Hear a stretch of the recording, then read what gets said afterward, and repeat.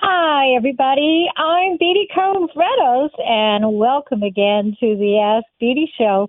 And I think that now more than ever, we all need people. We all need honest, trustworthy people who we can talk to. I mean, when you think about what has gone on in the last number of months with the pandemic, people losing their jobs, losing their businesses, homeschooling their kids, which of course impacts their being able to work, stress on relationships, concerns about health care. What if I get sick? And the issues go on and on and on. And, of course, these things are over and above the normal issues that we deal with on a day-to-day basis. You know, for example, I look at the statistics every week when I'm preparing, for the show. 350 million people worldwide suffering from depression, 16 million adults in the United States, which translates into 1 in 5 Americans suffering from depression. 40 million adults who are dealing with a variety of anxiety disorders. It's a tough time in this country with racism and income inequality and concerns about what is going to be happening to our country. Hopefully, the people of the United States are going to vote out our president so that we can get on a more normal kind of a path and eliminate all the toxicity. And, of course, not all the toxicity, a lot of the toxicity that we have been dealing with in the last 4 years. You look at the suicide attempts by young people. I look at these statistics, and they're mind-boggling. Quadrupled over the past 6 years. Since 2011, there's been a 40% increase nationally for self-poisoning by young people. The suicide rate for young people between the ages of 10 and 24 increased by 56%. The homicide rates by intimate partners increased by 26% from 2010 to 2017. 4 women are killed every day by their partners. The divorce rate for first marriage is 48%. For second marriage is 67%. 74% people end up in the divorce courts if they marry 3 or more times. So the people are definitely struggling. And we all do need to give ourselves permission and reach out and ask for help when life really starts to feel just so out of control. What we're looking at now, the mental health helplines are surging. And, of course, I see that as a good thing, that people are giving themselves permission when they're feeling bad, when they're feeling lonely, to reach out to mental health helplines. And hopefully the people on the end of the helplines are people who are able to listen and be constructive.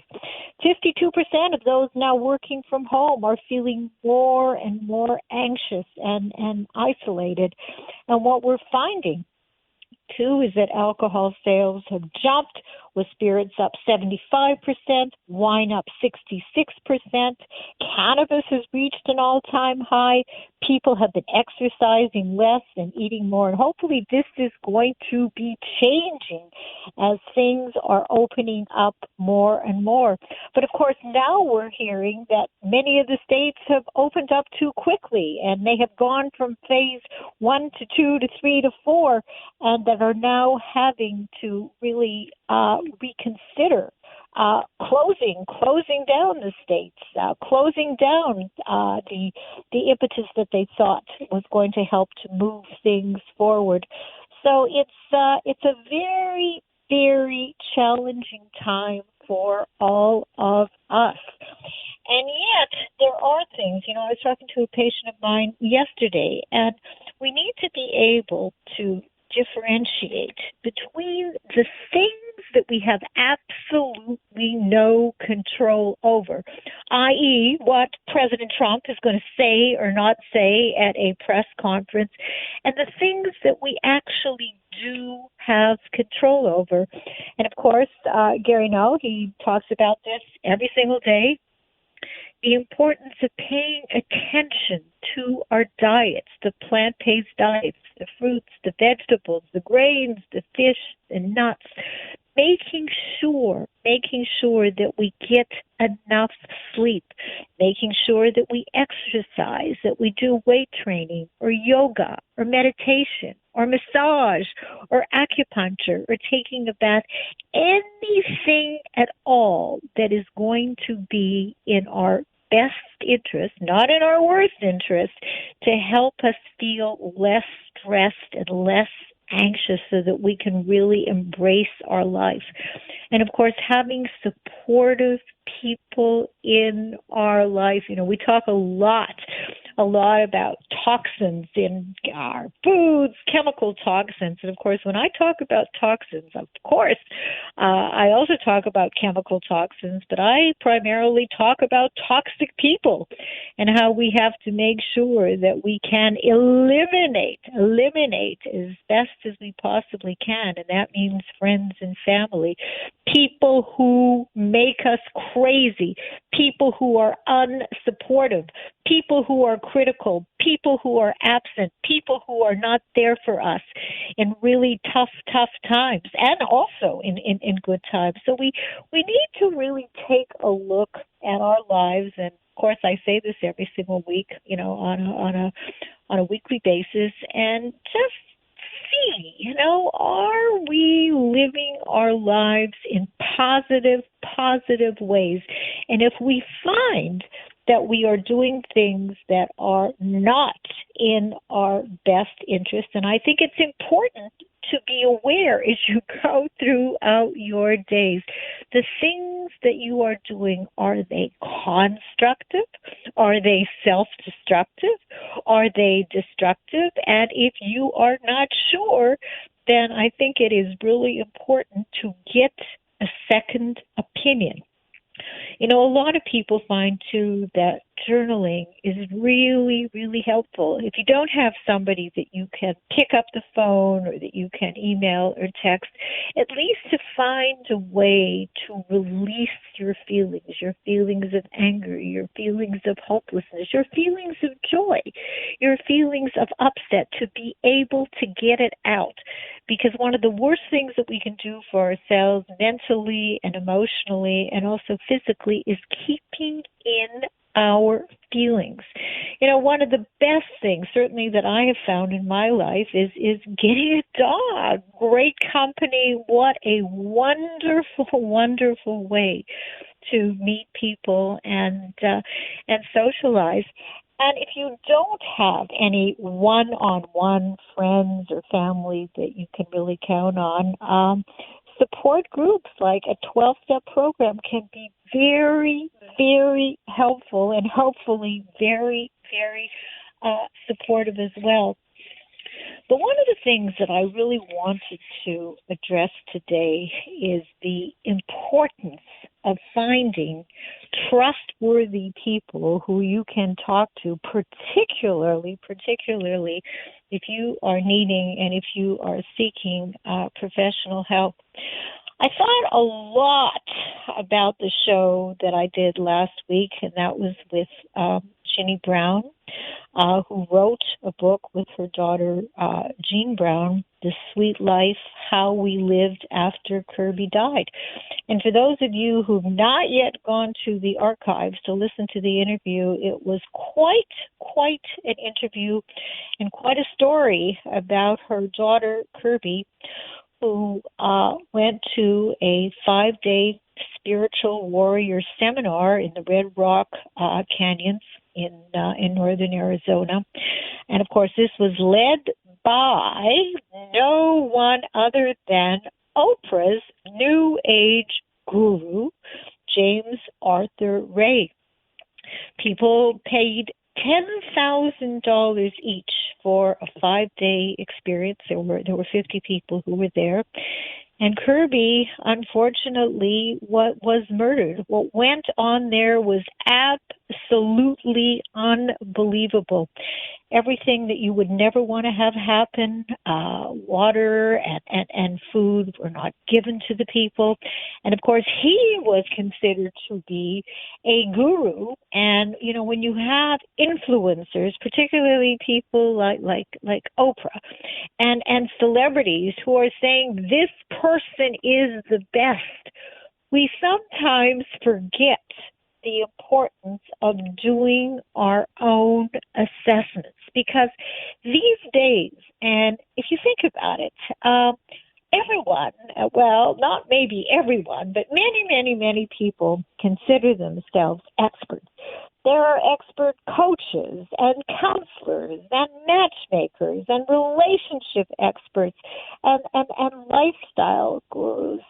And how important it is that we are so careful who we are going to trust with our lives and with our relationships. And there is no shortcut. In fact, just before the show, I received a text, and this is what the text said. It said, lose over 90 pounds in 5 weeks. Fortunately, I don't have any weight that I need to lose. And this was endorsed by no one other than Kelly Clarkson, Blake Shelton, Jonah Hill, Khloe Kardashian. So I actually Googled, because I wanted to find out what this miracle, in quotes, diet was all about.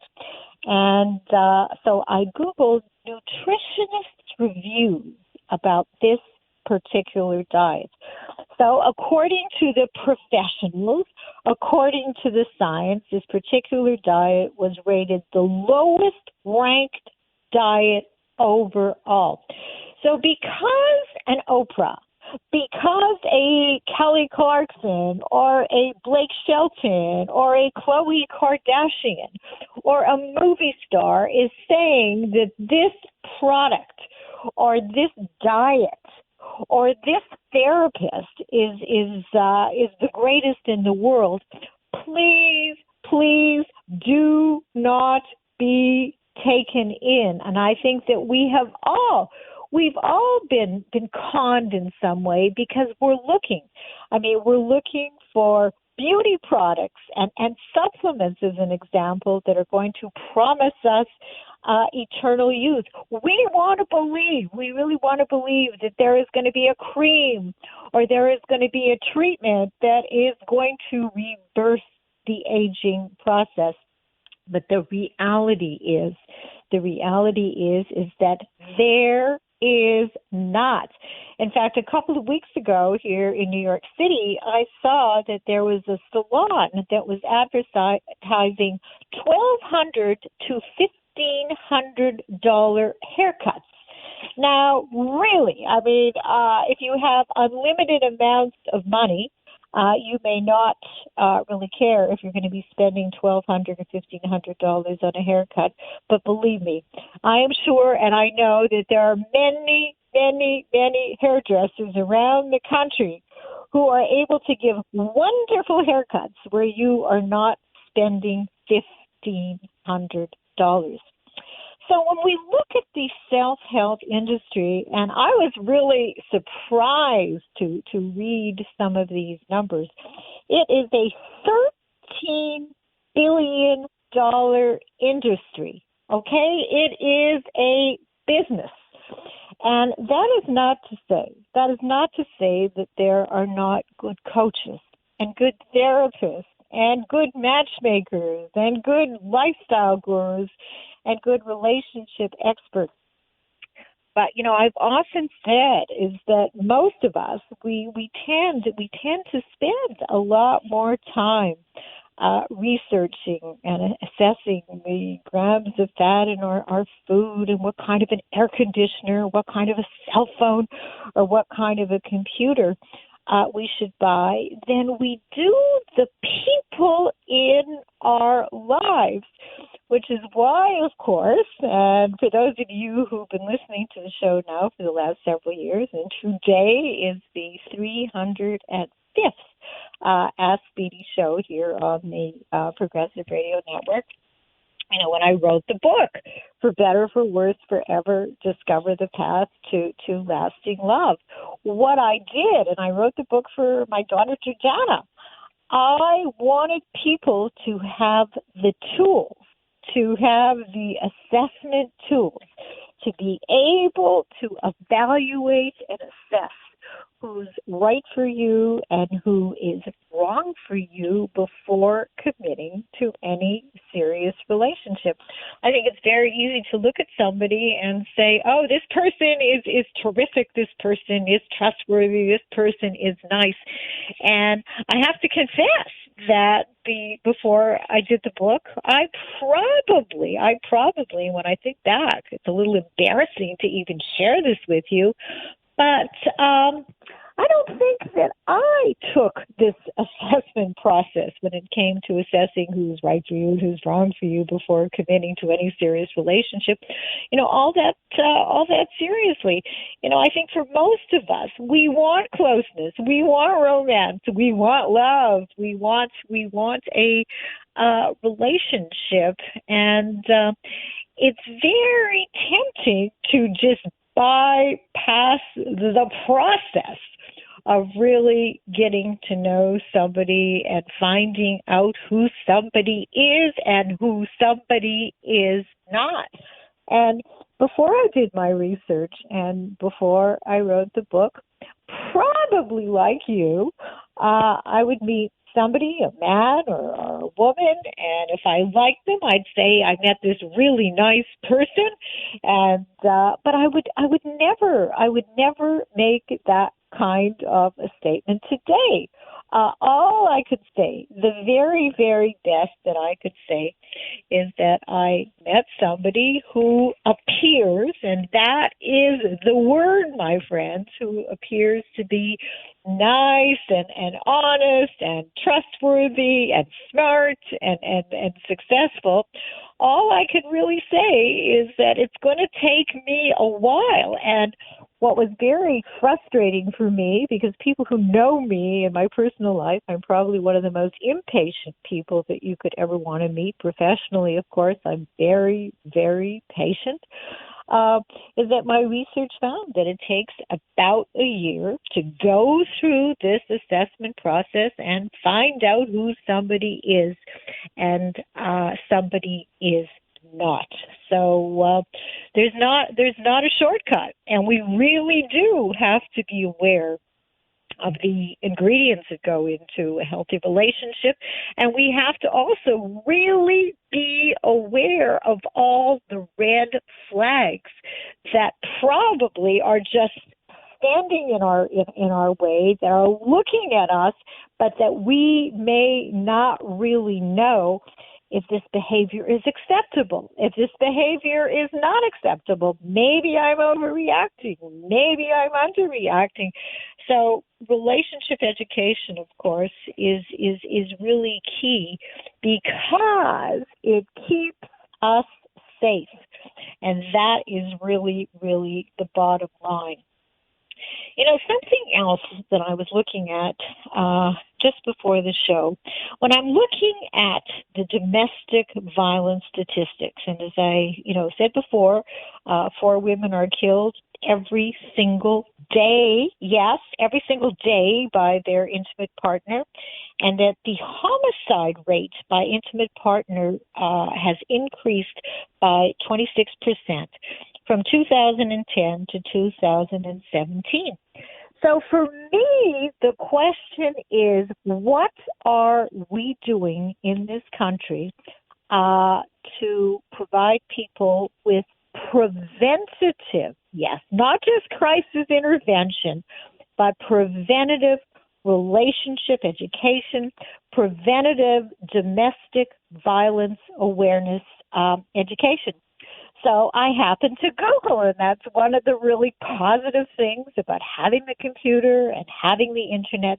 So I was very, very curious how much money is spent federally on dealing with the effects, on dealing with the consequences of domestic violence and of childhood exposure to domestic violence. So that number is $55 billion. That's $55 billion in terms of dealing with crisis intervention and the impact that domestic violence has on all kinds of people, on children, on adults, on relationships.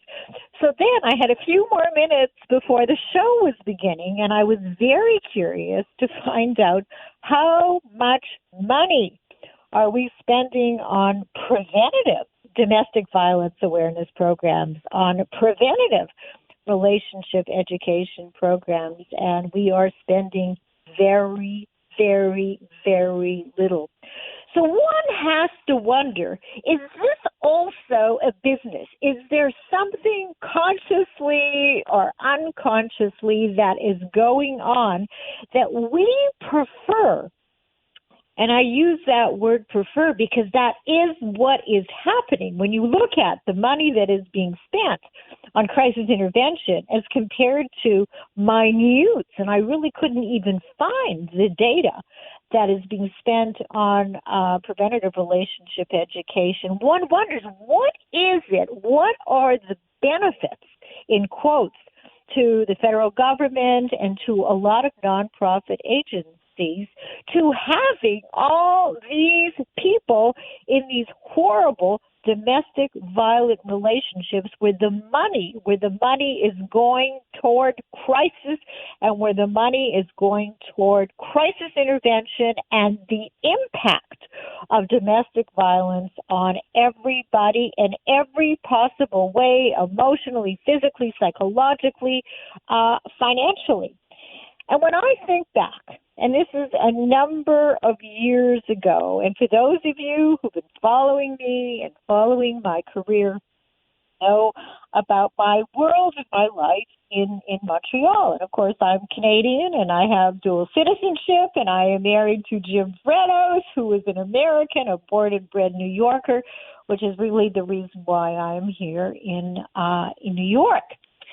But in 1975, and this was after I completed my graduate and postgraduate education at McGill University in Montreal, I was appointed as one of 3 people to oversee the entire school social services program for Greater Montreal. So I had a large staff. I had a number of schools that I was responsible for. Actually, there were hundreds of schools that the 3 of us were responsible for. But we had carte blanche. So we had counseling, all the children who needed counseling, who were either acting out or who were withdrawn or who needed psychological counseling. We were able to provide school social workers who were in the schools on a regular basis, not once a month, not once a year, not every other month. We were there on a regular basis, so that clearly no child was really left behind. We made home visits. We went to people's houses. We worked together as a team, the nurses, the psychologists, the vice principals, the teachers. And at that point, I remember I had an idea, and I was in my mid-20s, and I thought that it was really important to teach the kids about healthy relationships. So I basically had carte blanche to do what I wanted to do. So I designed a relationship education program, and I remember I went into the classrooms beginning at the 1st grade level, and I remember playing Marlo Thomas's record, Free to Be You and Me. And we talked about what do you do when you feel mad and what do you do when you feel sad and how do you handle a situation when somebody hurts you or when somebody hits you or when somebody kicks you.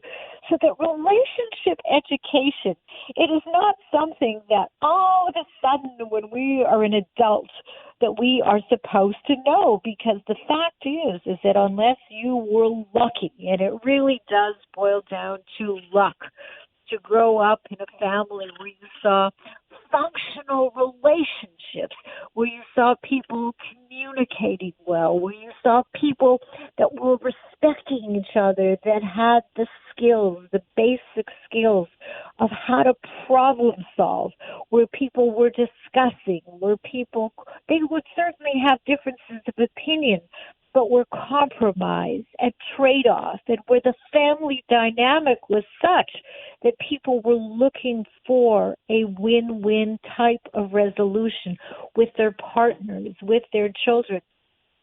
And the way things are these days, most people aren't lucky, and they are not seeing functional relationships and functional communication and functional problem solving, so that we're really left to our own devices to figure this all out. And when I was looking at the amounts of money, the exorbitant amounts of money that we are spending on the effects, as an example, of domestic violence, we have the money in this country to do a lot of things. We have the money for income inequality. We have the money for preventative relationship education. We have the money for single-payer health care, as we do in Canada, so that we don't have to worry. We don't have to worry about what are we going to do if we are sick and we need to go to a doctor and we don't have health care. So that there are countries, there are many, many countries around the world, of course, including Canada and Scandinavia, that are doing it a lot better than we are. And it is not about the money. It is not about the money, because the money is there. Corporations need to be taxed, and the tax money can go to these kinds of programs that we will all benefit. And it is not just for the poor people, and it's not just for the minorities, and it's not just, in quotes, for the disadvantaged. We would all benefit. And yet there is something going on, and there's something going on in this country that I am hoping, we're all hoping, or many of us at least are hoping, certainly people who are on the Progressive Radio Network, that things might shift, that there might be a change if we are smart enough to elect Biden and rid ourselves of this toxic autocrat. Again, the decision is really going to boil down to the citizens of the United States. But when people say that there isn't the money, all I can tell you is that there is the money. And if there was a will, there would definitely be the way. And I had a very interesting, it was quite an eye-opener experience that I had when I lived in Florida, when I lived in Sarasota, Florida. One day, and you may have heard the story, I received a telephone call from former Governor Jeb Bush.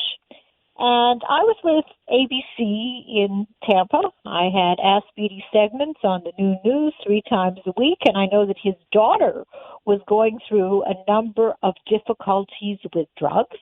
And I suspect that one of his aides probably saw me on one of my Ask Beatty segments.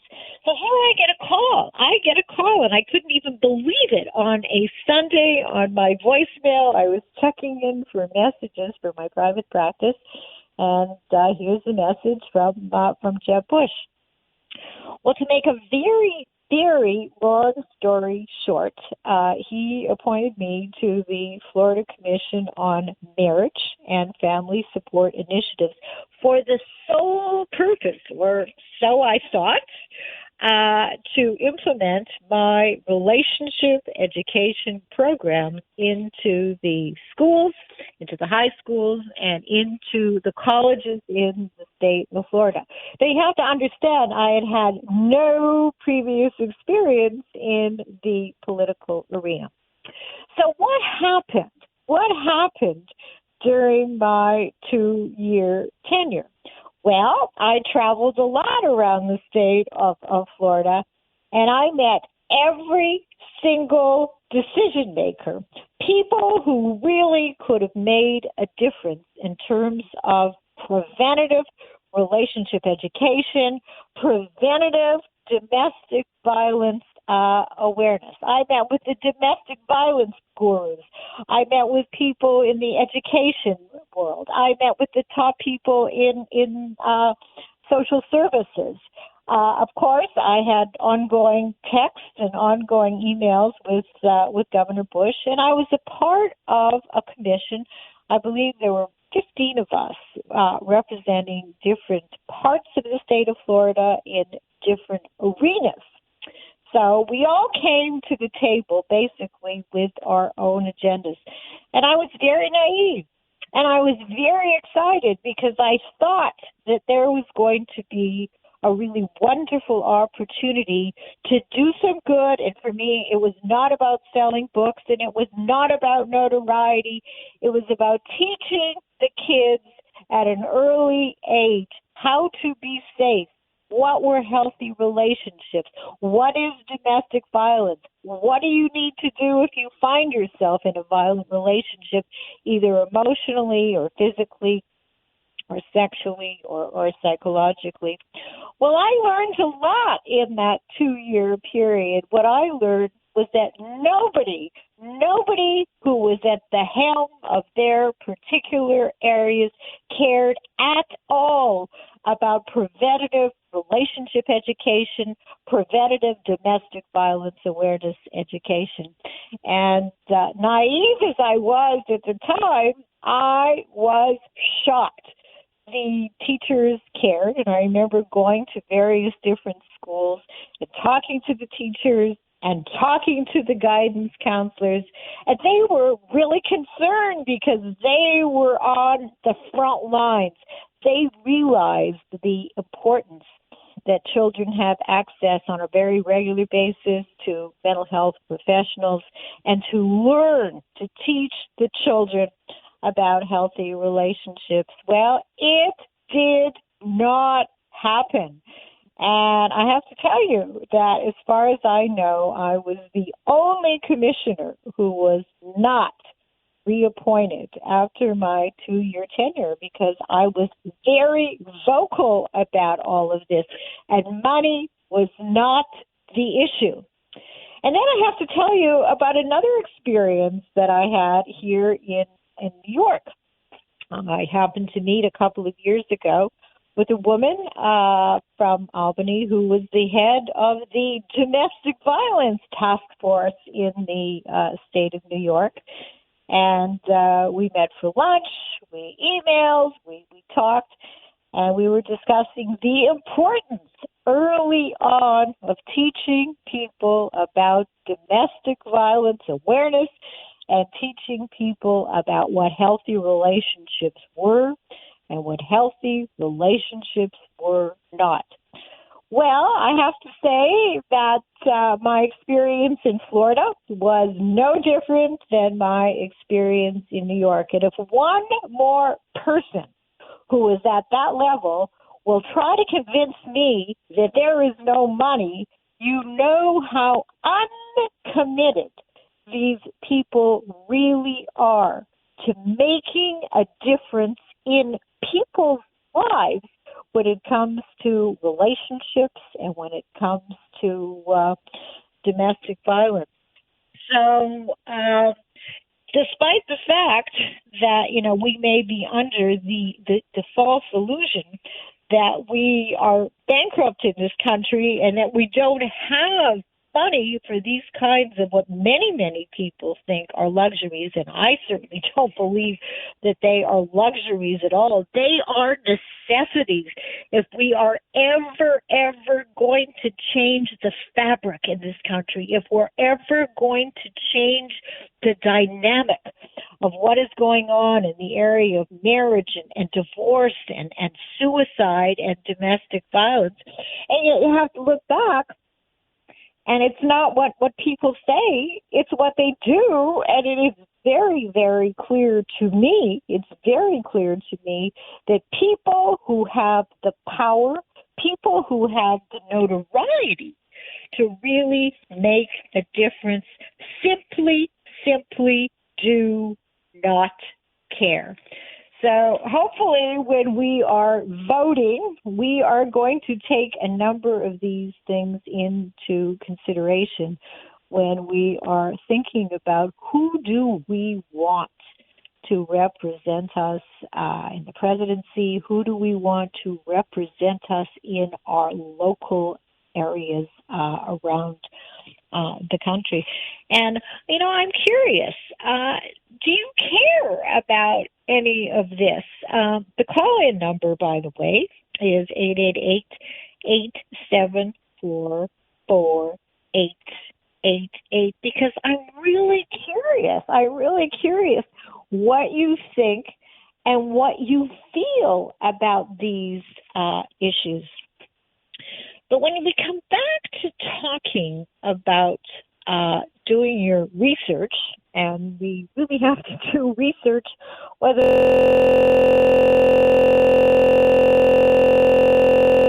to be savvy and not assume anything and not just go to the internet and look at the stars and look at the followers and look at the likes and look at the influencers. And something that I want to say about influencers, I don't know whether you're aware of this, but influencers make a lot of money from people like you and me. Well, not me. I mean, I probably had thought about it years ago. But influencers are people who you pay. You pay an enormous amount of money for them to push your service or your product. Now, whether they do it or whether they don't do it, that actually remains to be seen.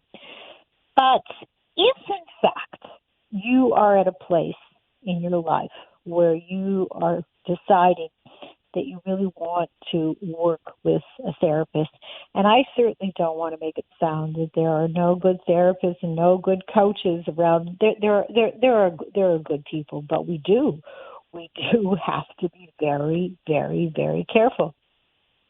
But more and more people today are seeing therapists for a variety, of course, of emotional, psychological, and psychiatric problems. But how can you, the average consumer, know how to choose a therapist and whether or not this therapeutic process is the right one for you? And what I have found, that this can literally be one of the most important decisions that an individual could make in his or her life, and it has the potential for far-reaching consequences, both positive or negative. And I would love to hear about your therapeutic experiences, both positive and negative. And again, that number, if you want to call in, is 888-874-4888. So what can you do if you have problems that you come to a point in your life that require outside help? And for starters, and I say this over and over and over again, you need to be consumer savvy and remember to do your homework. So where do you begin? Well, you begin at the beginning. You want to get a referral from somebody that you trust. Do not be taken in by the splashy ads or likes or followers or because some celebrity is endorsing someone, okay? got to do your homework and you've got to get a referral. And that may take a little bit of doing. You may be uncomfortable. You may be embarrassed, to ask, but it is a really important thing for you to do. And of course, ideally, you may want to begin with your own family physician and just say that you're looking for somebody to see somebody for therapy, and who do they recommend. Now, because they recommend this person, this still may not be the therapist for you, but it's a very reasonable place to start.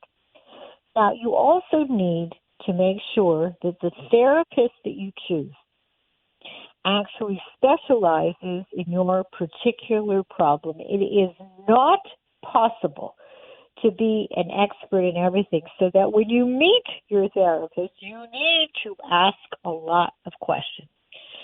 Number 3, you need to check. Yes, you need to check online. Everything now is online, and make sure that this person's license is intact and that there are no past or pending malpractice complaints that are filed against your therapist. So again, you have some preliminary work to do.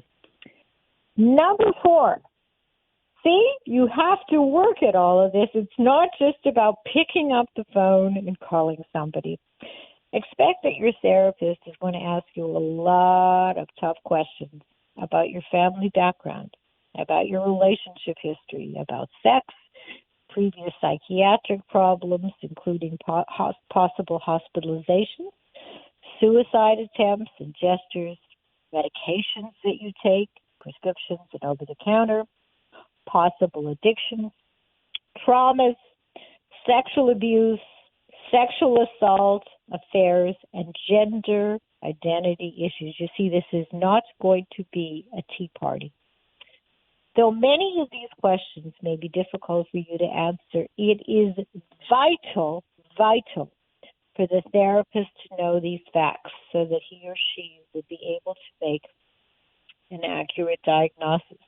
And this is only possible if the right questions are asked and that your answers are honest.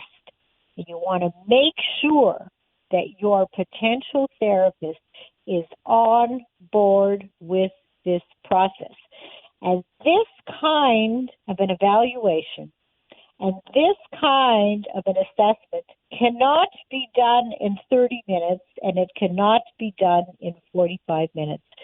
So if you are seeing somebody where you have 45-minute sessions or 50-minute sessions, when I grew up in Canada, I learned that 60 minutes was an hour. So my sessions are 60-minute hour sessions.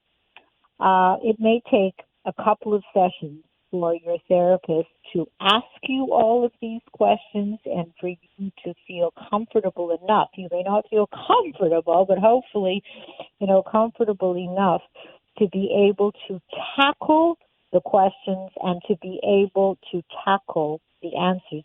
And all of these questions are critical, absolutely critical, for somebody to be able to get a very, very good picture of you, of your issues, past and present.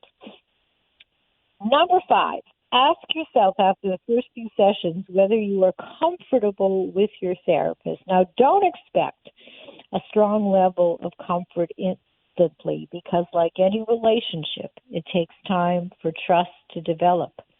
And if you continue to feel uncomfortable after several sessions, you need to give yourself permission to exit the relationship and find somebody where you do feel more of a connection and where you do feel more comfortable. But everybody that I see, initially people are scared. They really don't know what to expect. The questions that I ask are very, very probing, and it's very difficult for the majority of people to go back and look at their lives, especially if there was abuse of any kind. So this is not an easy initial process. But if you do find after 2 or 3 sessions that you are not comfortable or that there is any inappropriate behavior whether it's sexual advances or verbal, verbal kinds of comments that make you feel uncomfortable, you need to give yourself permission to just get up and shut the door and walk out. Number 6, does your therapist respect your time and call you back within 24 hours, including evenings and weekends, if necessary? The fact that the health insurance companies often poorly reimburse therapists and psychiatrists for outpatient mental health should not be your concern. You are entitled to sessions lasting a minimum of 50 minutes, that is according to most insurance companies, and that I find that the longer sessions work even better, and that my patients find that 2 to 4 consecutive hour-long sessions help achieve results much faster. I mean, I can tell you stories of people who I've sat with for 4 and 5 and even 6 consecutive hours in the beginning, and you really get to know the person well. And the process is really fast forwarded rather than you're starting and you're stopping and you're paying and you're making an appointment for the next week. So I don't know whether or not that would be for you. And certainly the insurance companies typically do not pay for, more than 1 hour at a time. But, I'm just sharing with you that if it is at all possible, at least in the beginning, that the long sessions are very, very helpful to patients. Number 7, is your therapist in contact with your primary care doctor? It is important because it's necessary to rule out any physical problems or prescription medications that may be contributing or causing your problems. Because after a few sessions, your therapist should be able to tell you the diagnosis, including a treatment plan. Because I believe that anything less than weekly sessions, at least in the beginning, will not enable you to have the best possible momentum to achieve success in your therapy. And what about money? If money is a problem, I encourage you to try to negotiate your fee with your therapist or even suggest a payment plan. Remember, you need to ask for what you want. I mean, that may be an issue in your life that you've not been able to ask for what you want, but in this kind of a situation, I think it's really, really important. And remember that your therapist is not an all-knowing God or goddess. So be assertive. And I have a bias when it comes to money.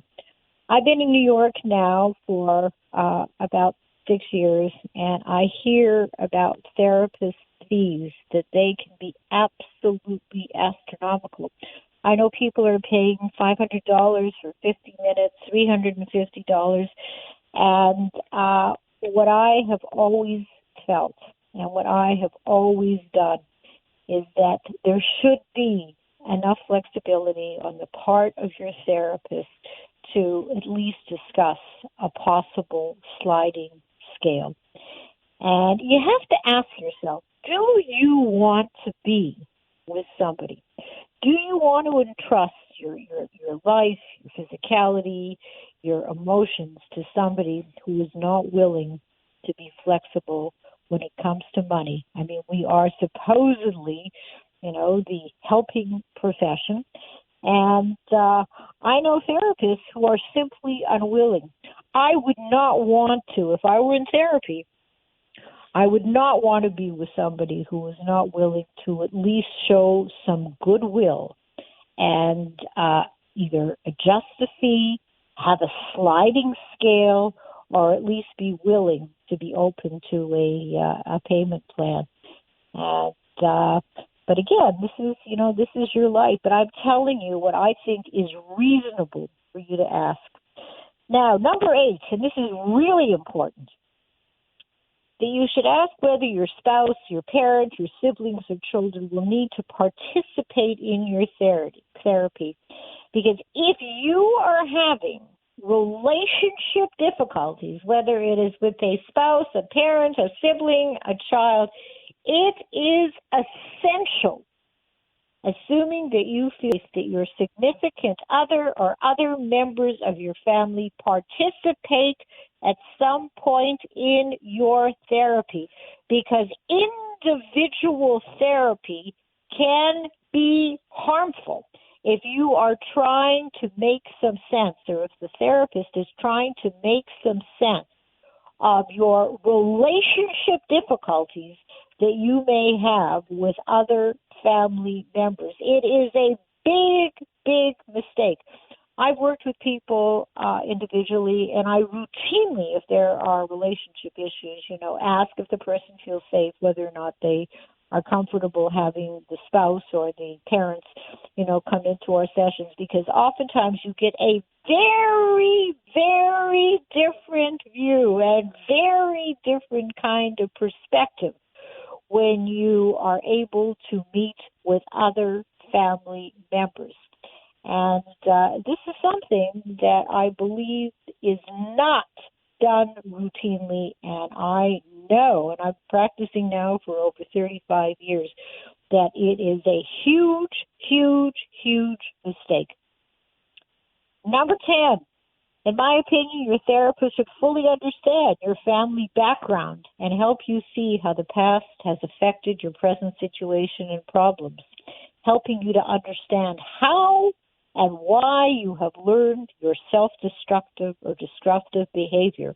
And unless this occurs, in my opinion, your treatment will be bandage therapy at best or a complete waste of time at worst. And I'm all for cognitive behavioral therapy, but there needs to be a context.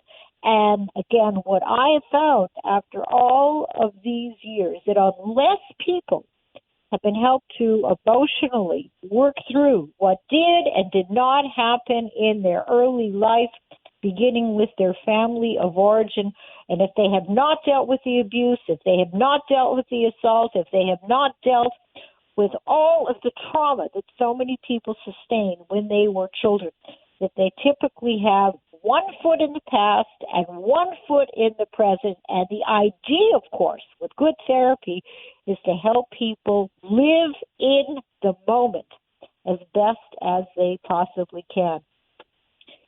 Number 11, ongoing evaluation, not just by the therapist, but by you, is necessary in order to determine how well or how badly your therapy is going. You need to expect that at times you are going to feel pain, since good therapy helps you take a hard look at yourself. A deep introspection may make you feel very sad, and that is understandable, and that is normal. And although you can't change the past, you could learn to understand and accept it and free yourself from your chains as best as possible. Nothing is perfect. It's not that you're going to necessarily forgive. You don't need to forgive unless that's something you want to do, and you certainly are never going to forget. But make sure that your therapist is one that periodically, that the two of you can evaluate how you're doing in the process. And if necessary, ask them if you're not sure, and don't be shy about it. Number 13, the question of medication often comes up, and though no one likes to go on medication, there are certain clinical situations that absolutely require a combination of medication and psychotherapy. And if you are going to be visiting a psychiatrist or a psychopharmacologist, again, you want to make sure that this person has a stellar reputation and that you are not going to be overprescribed. I mean, I have somebody that I see right now who's been prescribed 5 different sleeping medications. I beg this woman to change psychiatrists. She will not do so. And this man, as far as I'm concerned, should probably not be practicing 5 different sleeping medications. I don't think so. So don't beat yourself up. If you found that the diet and the massage and the acupuncture and the energy healing and the vitamins and the exercise have not helped to alleviate your symptoms, brain chemistry is complex. family dynamics, emotionality, psychiatry. It's complicated. So if you do need to go on medication, again, it's about finding a skilled person, not an internist or a dermatologist, who will work with you so that you can take the least amount of medication that will help ease your depression, that will help ease your anxiety. And again, remember to spend as much time researching your therapist as you would deciding on which car, computer, and cell phone to buy. So making the time and effort to be a wise consumer will save you precious time, money, and energy. And, for those of you who are absolutely wanting to get into therapy, I wish you the luck, the best of luck on your therapeutic journey, because there are many paths to the journey. And these are some of the steps that I believe are going to help you really get started and help to actually keep safe. And again, I'm so curious for those of you who are listening right now, what you think about all of this. And for those of you who are thinking about therapy, I hope that you're going to follow these suggestions. For those of you who are in therapy, I'm really wondering what kind of experiences that you are having. But again, I think that we don't need to navigate this life on our own. It is increasingly complicated, increasingly complex, and there's so many people that don't have close friends and that don't have families and that don't have confidants. And it's a good thing now that the celebrities are endorsing therapy. I look at Michael Phelps's commercial on television on one of the teletherapy sites. And if celebrities can help in some way to make it okay for all of us to reach out and ask for help when we are in need, then I think it's a really, really, really good thing. Well, I'm sitting in my office here on the Upper West Side in New York. I haven't been to the Progressive Radio Network studio since March, since the pandemic. And I want to thank you, as I do every single week, for tuning into the Ask Beatty show. And, of course, you could go to the Progressive Radio Network archives and you could listen as of today to 305 Ask Beatty shows.